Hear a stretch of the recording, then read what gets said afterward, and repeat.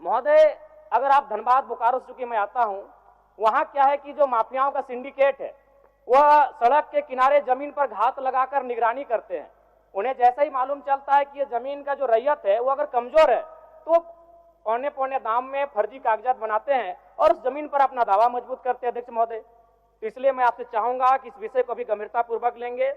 उसके बाद अध्यक्ष महोदय, इस राज्य के तमाम आंदोलन, चुहाड़ विद्रोह से लेके तमाड़ विद्रोह से लेके बिरसा मुंडा का आंदोलन, वो भूमि पर आधारित आंदोलन रहा है अध्यक्ष महोदय, और उसी के परिणाम स्वरूप इस राज्य में एसपीटी कानून, सीएनटी कानून और विल्किंसन कानून लागू किया गया। लेकिन आज जब आप सड़कों में देखेंगे कि आदिवासी समाज के लोग रांची में सरना झंडा गाड़कर अपनी जमीनों की रक्षा कर रहे हैं, सीएनटी जमीन होने के बाद भी अध्यक्ष महोदय, इसलिए मैं आपके माध्यम से सरकार से चाहूंगा कि सीएनटी संबंधित जो जमीन है उन पर वापसी का प्रावधान किया जाए। अध्यक्ष महोदय 30 सेकंड चाहेंगे अध्यक्ष महोदय।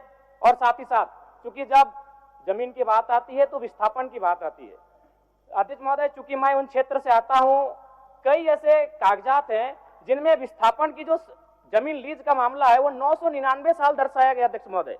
आप समझ सकते हैं कि कितना मतलब अमानवीय व्यवहार किया जा रहा है झारखंड के साथ। 999 साल कर लीजिए अध्यक्ष महोदय।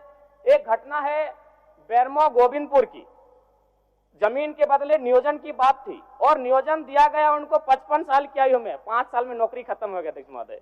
यानी 3-3 पीढ़ियां विस्थापन के नाम पर 3-3 पीढ़ियां आज संघर्ष करके समाप्त होने के कगार पर है। इसलिए मैं आपसे मांग करता हूं कि इस राज्य में एक सशक्त विस्थापन आयोग का गठन किया जाए और अब तक जितने भी जगह विस्थापित हुए हैं लोग, उनके डाटा को कलेक्ट किया जाए और तद अनुसार उनको नियोजन और मुआवजा की प्रक्रिया